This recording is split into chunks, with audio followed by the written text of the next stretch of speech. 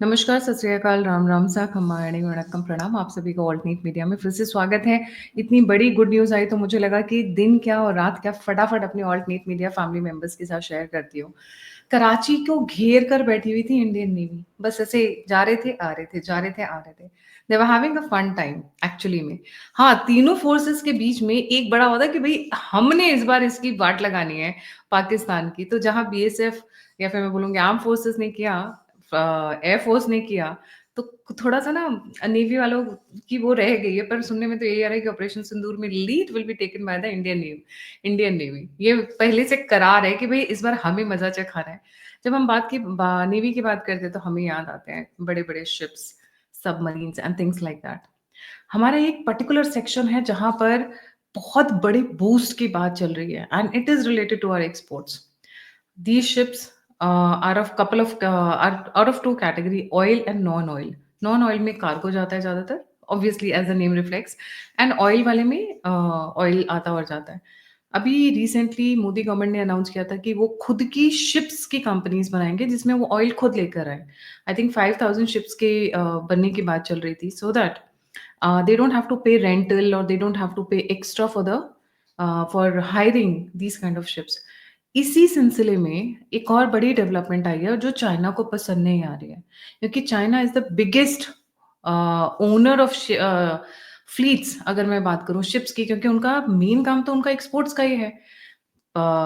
China में बनता है, मलाक्का स्ट्रेट से निकलता है, कहीं यूरोप पहुंचता है, कहीं यूएस से पहुंचता है। हम समझते मनीष से। Manish, a very warm welcome on the show. ये क्या बड़ी न्यूज़ आई हुई है जिसको लेकर चाइना के मीडिया अच्छे से कवर कर रही है पर भारत की नहीं कर रही है। That is a very important news. जी।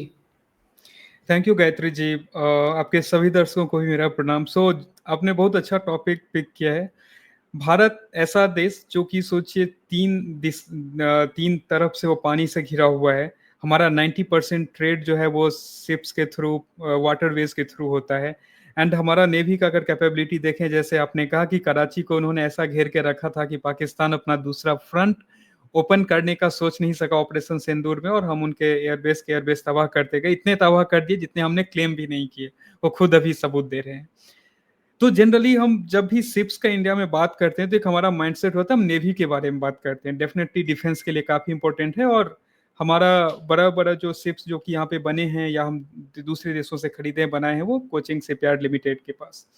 लेकिन एक और इम्पोर्टेंट चीज है, वो बहुत इंपॉर्टेंट है। अभी के मॉडर्न जब सुपर पावर्स बन रहे हैं तो वो super powers economic super powers बन रहे हैं। वहां पे हम ये दिखाते हैं कि हम मैन्युफैक्चरिंग में कितने बड़े हैं, हम अलग अलग चीज कितना मैन्युफैक्चर कर रहे हैं। भारत एक बहुत ही यूनिक चीज है गायत्री जी समझने के लिए, कि जब इतना जो देश जिसमें इतने सारे व्यापारी आए, इतने सारे शिप्स आए, वो देश 2021 से पहले तक, या मैं बोलूं प्रधानमंत्री मोदी के आने से पहले तक, एक मैरीटाइम विजन नहीं था कि हमें बिल्ड क्या करना है। 2021 में प्रधानमंत्री मोदी बोलते हैं कि हमें एक विजन लेकर के आना है। वो विजन ये है कि हम 2030 तक दुनिया के टॉप 10 शिप मैन्युफैक्चरिंग कंपनी में आए, आई मीन देश में आए जो शिप मैन्युफैक्चर करते हैं। और ये शिप सिर्फ नेवल नहीं, ये शिप मोस्टली मर्चेंट शिप्स की बात कर रहा हूं मैं, जिससे हमारा आयात और निर्यात होता है। चाहे हम कुछ मैन्युफैक्चर कर रहे हैं, बाहर भेज रहे हैं, एंड वैसे वर्षा। हमारा अभी लॉजिस्टिक्स के ऊपर जो एक्सपेंडिचर है वो काफी ज्यादा है, क्योंकि हम दूसरे से शिप बोरो करते हैं, दूसरे से हम उधार पे लेते हैं भेजने के लिए। तो ये गोल रखा गया था कि हम नंबर 1 शिप मैन्युफैक्चरिंग, या टॉप 5 में बोलूं, नंबर 1 से ज्यादा, मैं 2047 तक और 2030 तक हम टॉप 10 में आए। इसीलिए $20 बिलियन, और जो नंबर है वो एक 10 लाख करोड़ का है गायत्री जी। लगभग लगभग 120 बिलियन जाता है पूरा जो ये प्रोजेक्ट है। और उसमें $20 बिलियन कि हम खर्च करेंगे शिप्स बनाने वाले कंपनियों को सेटअप करने में, जो हमारे एग्जिस्टिंग कंपनीज हैं बहुत सारे, उसको ऑपरेशंस को और आगे बढ़ाने में। और इसको सबसे अगर समझना हो भारत सरकार की सीरियसनेस, तो आप ये समझिए, जो दुनिया का सबसे बड़ा शिप बिल्डिंग जो कॉन्फ्रेंस होता है या इवेंट होता है, वो नॉर्वे में होस्ट किया जाता है हर एक दूसरे साल। उसमें इस बार भारत के जो मंत्री हैं सर्बानंद सोनोवाल जी, वो खुद डेलीगेशन को लेकर के जा रहे हैं वहां पर। ये एक बहुत सीरियस स्टेप है। अगर आप इतिहास देखें भारत का उठा करके, तो हमने कभी भी इस तरीके का सीरियसनेस दिखाया नहीं। लेकिन कहा जाता है कि एक गुजराती के दिमाग से आप बिजनेस कभी बाहर नहीं कर सकते हो। वही प्रधानमंत्री जी ने वहां पे दिखाया कि ये एक इंफ्रास्ट्रक्चर हमें बिल्ड करना पड़ेगा, और ये एक ऐसा चीज है शिप बिल्डिंग, गायत्री जी, जो कि ह्यूमन इंटेंसिव है। इसमें आपको काफी ज्यादा लेबर चाहिए, आपको मैन्युफैक्चरिंग, आपको सेटअप चाहिए, टेक्नोलॉजी चाहिए। चाइना इसमें पिछले 10 साल से लीड में है। भारत उस चीज को अभी पीछे, चाइना को पीछे करने के लिए हम बाकी सारे जगह पे तो लगे ही हुए हैं। ये एक बहुत ही नेग्लेक्टेड एरिया था काफी लंबे टाइम तक, हम उसमें भी आगे बढ़ने के लिए कोशिश कर रहे हैं। और ये सिर्फ कहने की बातें नहीं है, इसका अगर इम्पैक्ट देखना हो गायत्री जी, तो ऑलरेडी जो नॉर्वे के क्राउन प्रिंस हैं वो भारत विजिट कर रहे हैं। ऑलरेडी हम नॉर्वे के साथ हम मतलब साइन कर चुके हैं कुछ डील्स, कुछ फैक्ट, जहां पे वो हमारे साथ इस मैन्युफैक्चरिंग में स्टार्ट करेंगे, बिल्ड करने में हेल्प करेंगे। सेम चीज भारत का जापान के साथ भी ऑलरेडी यहाँ पे डील साइन हुए हैं, जहां पर जापान के साथ भारत मिलकर के ये शिप बिल्डिंग के ऊपर काम करेगी। क्योंकि ये समझने वाली बात है कि हम ऐसा नहीं, हम अचानक से उठे और हमने बोला कि हम शिप बना लेंगे। डिफेंस प्रोडक्ट्स भी हमने रशिया के साथ बनाना चालू किया था, एंड अभी ऐसा है कि हमारे प्रोडक्ट्स भी उस ग्लोबल स्टैंडर्ड के होते जा रहे हैं। सेम चीज हम वहां पे भी करने जा रहे हैं। और यहाँ पे एक महत्वपूर्ण बात यह है कि भारत सरकार ऐसा नहीं है कि सीधा मतलब उठी और कल से हम सिप बनाते हैं। आपको सिप बनाने के लिए पहले उसके जो बेसलाइन इंफ्रास्ट्रक्चर हैं उसको सही करना पड़ता है। बेसलाइन इंफ्रास्ट्रक्चर की जब मैं बात कर रहा हूँ, तो आपके पास पोर्ट्स होने चाहिए, आपके पास डॉकयार्ड्स होने चाहिए। ऐसे वो ड्राई पोर्ट्स नहीं कि आप वहां पे सिप जहां बना रहे हो पानी ही नहीं है, उसका डेप्थ ही नहीं है। तो यहाँ पे जो ऑलरेडी जो पहले कंपनीज है, लाइक अदानी पोर्ट्स एंड बाकी और कुछ कंपनीज है, वो पहले उसके ऊपर उन्होंने काम किया है। कुछ दिन पहले खुद प्रधानमंत्री मोदी जी वहां पर केरल में जाकर के एक विंजिंगम पोर्ट का उन्होंने उद्घाटन किया, जो कि वन ऑफ द डीपेस्ट जो पोर्ट्स में से वो भारत का है। तो ये लेयर बाय लेयर इसके ऊपर सतह दर सतह काम हुआ है। जब उसके बाद हम ये करने जा रहे हैं, क्योंकि आप पे कोई पैसा नहीं इन्वेस्ट करेगा, नॉर्वे जैसे कंपनी, सॉरी देश, या जापान जैसा देश आपके साथ डील वैसे नहीं साइन कर लेगी आप अगर आपका अंडरलाइंग इंफ्रास्ट्रक्चर सही नहीं है और आपका उसके ऊपर आपका सीरियसनेस नहीं है। 10 लाख करोड़ कमिट करना, it's not an easy thing. एक पूरे नए वेंचर में एक एम्बिशियस टारगेट रखना कि 2030 तक हम टॉप 5 में पहुंचेंगे, 2000 सॉरी टॉप 10, और 2047 तक टॉप 5 में, जबकि हम अभी दुनिया का 1% से भी कम हमसे बिल्ड करते हैं। तो ये बहुत बड़ा एम्बिशियस टारगेट है। और मुझे लग रहा है कि जिस तरीके से सरकार का इसमें रोल हो, जो मिनिस्ट्री जिस तरीके से सर्बानंद सोनोवाल जी खुद इस चीज को लीड कर रहे हैं, और उसके बाद उन्होंने नॉर्वे के साथ सिर्फ ये नहीं है गायत्री जी कि हम सिर्फ मर्चेंट शिप बनाएंगे, हम नेवी शिप बना ही रहे थे। जो रिसर्च में यूज होता है, जो आपके पोलर रीजन में जाके स्पेसिफिक टाइप के शिप्स होते हैं जो जाते हैं पोलर रीजन में रिसर्च के लिए, उसका भी प्लान है कि हम नॉर्वे के साथ वो बना रहे हैं, और वो कोलकाता में बनेगा। तो आप देखिए, दिस इज नॉट जस्ट हम डिफेंस की बात कर रहे हैं, नॉट जस्ट हम ऑयल की बात कर रहे हैं, नॉट जस्ट हम non oil tankers, it's everything.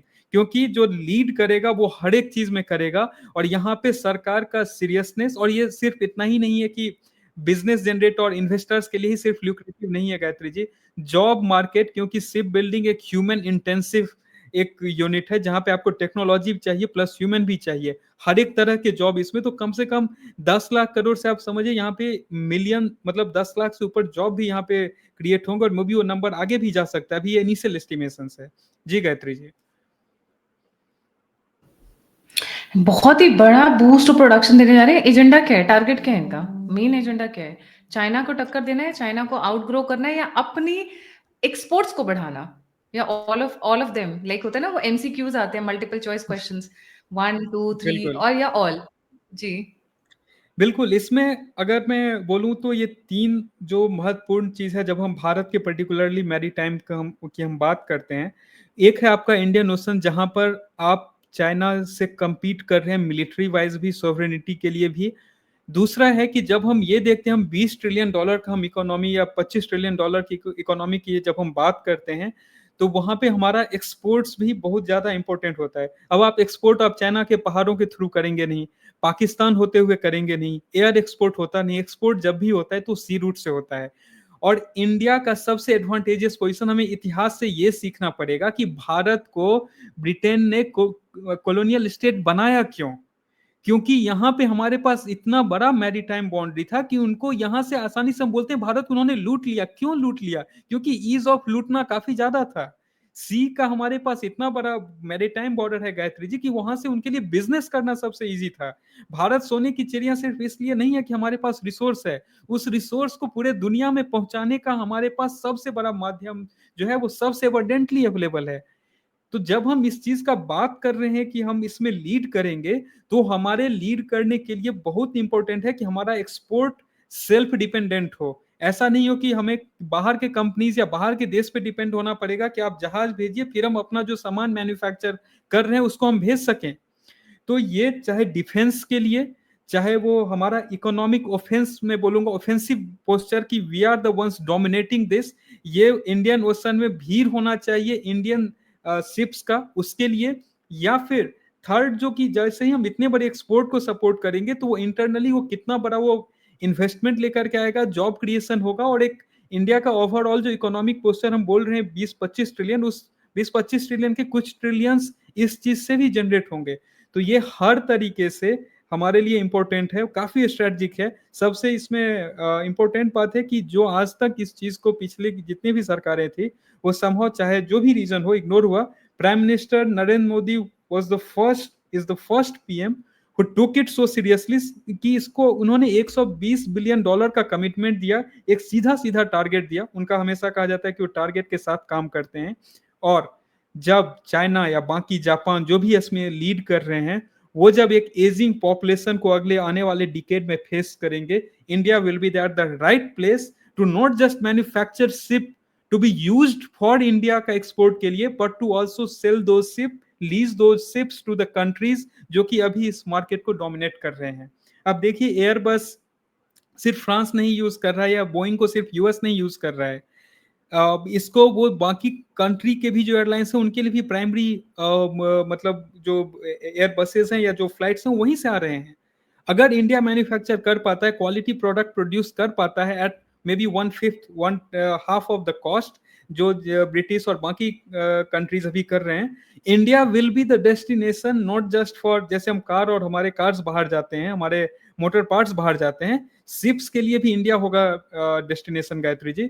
So this is one thing that will be मतलब मुझे लगता है कि जो अधिकतर प्रॉब्लम्स जो हम बार बार दिखाते हैं ना कि मैन्युफैक्चरिंग मैन्युफैक्चरिंग के बाद हमारा एक्सपोर्ट, उस सब प्रॉब्लम का एक सॉल्यूशन होगा। क्योंकि जो देश इसलिए लूटा गया क्योंकि हमारे पास रिसोर्स के अलावा उसको आउटसोर्स करने का तरीका भी अवेलेबल था, वो देश सब आजादी के 70 साल तक इसको इग्नोर करते हुए चला था।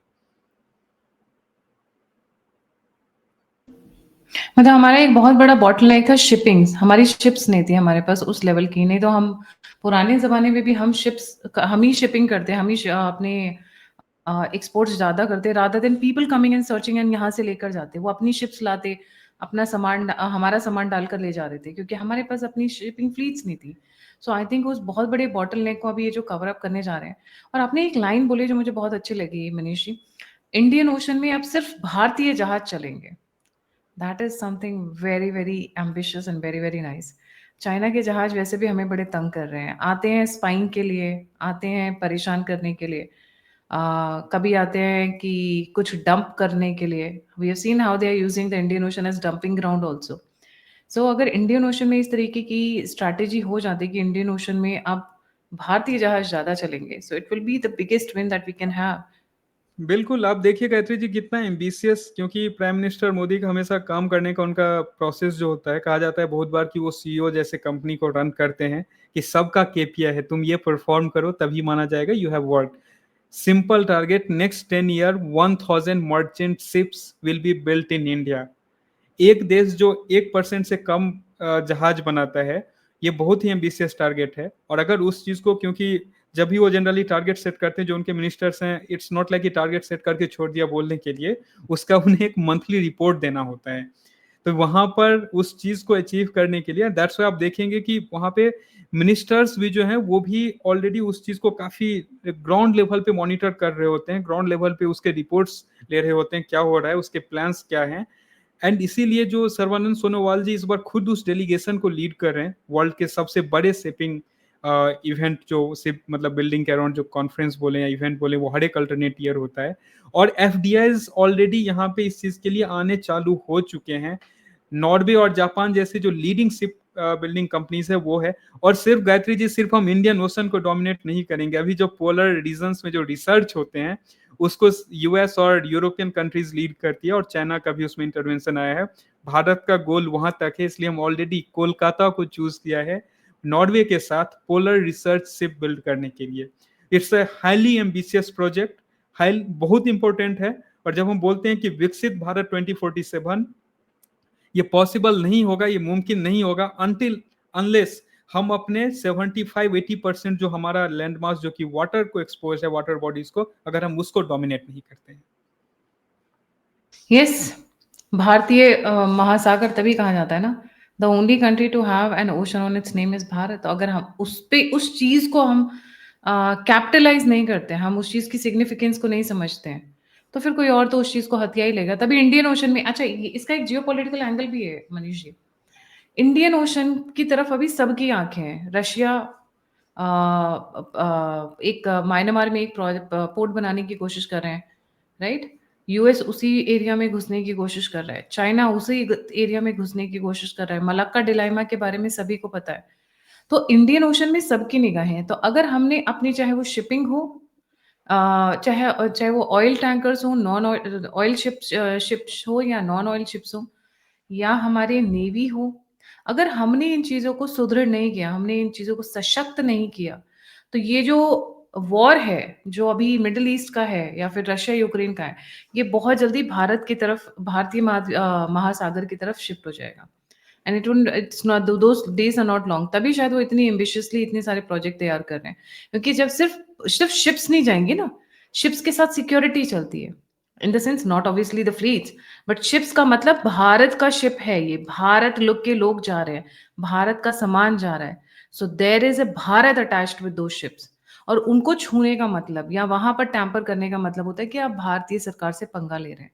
जी बिल्कुल गायत्री जी, अगर आप देखें तो एक चाइना का मैं एग्जांपल देता हूँ यहाँ पर कि चाइना जिस तरीके से अफ्रीका या कुछ जो छोटी एशियन कंट्रीज हैं उसके ऊपर अपना कंट्रोल, एक मतलब ऐसा नहीं बोलूंगा कि वो उसको कुछ ऐसा ओन कर रहे हैं, लड़ाई कर रहे हैं, बट एक कंट्रोल एस्टेब्लिश करने के लिए वो पोर्ट एंड शिप्स को एक माध्यम बनाया है।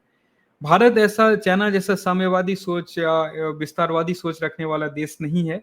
भारत इस चीज को डेफिनेटली ऐसा देखेगा कि जैसे हमने जब स्वदेशी हथियार जब बने, उस हथियार का जब इफेक्टिवनेस लोगों ने देखा, तो जो नए उभरते हुए इकोनॉमिक पावर्स हैं वो उस हथियार को खरीदने के लिए एक्साइटेड हैं, क्योंकि हम सेम चीज जो बाकी देश उसको कई गुना ज्यादा दाम पे बेच रहे हैं, हम उससे ज्यादा बैटल प्रूवन हथियार जो है हम कम इसमें हम बेच पा रहे हैं, क्योंकि हमने उसको ऐसे स्वदेशी टेक्निक से बनाया है और वो उतना ही इफेक्टिव है। सिमिलरली जब हम सिप, एक ऐसा चीज है जो आप देखिए पूरा दुनिया में अगर 75% पानी है, तो सिप ऑलमोस्ट हर एक कंट्री का नीड है।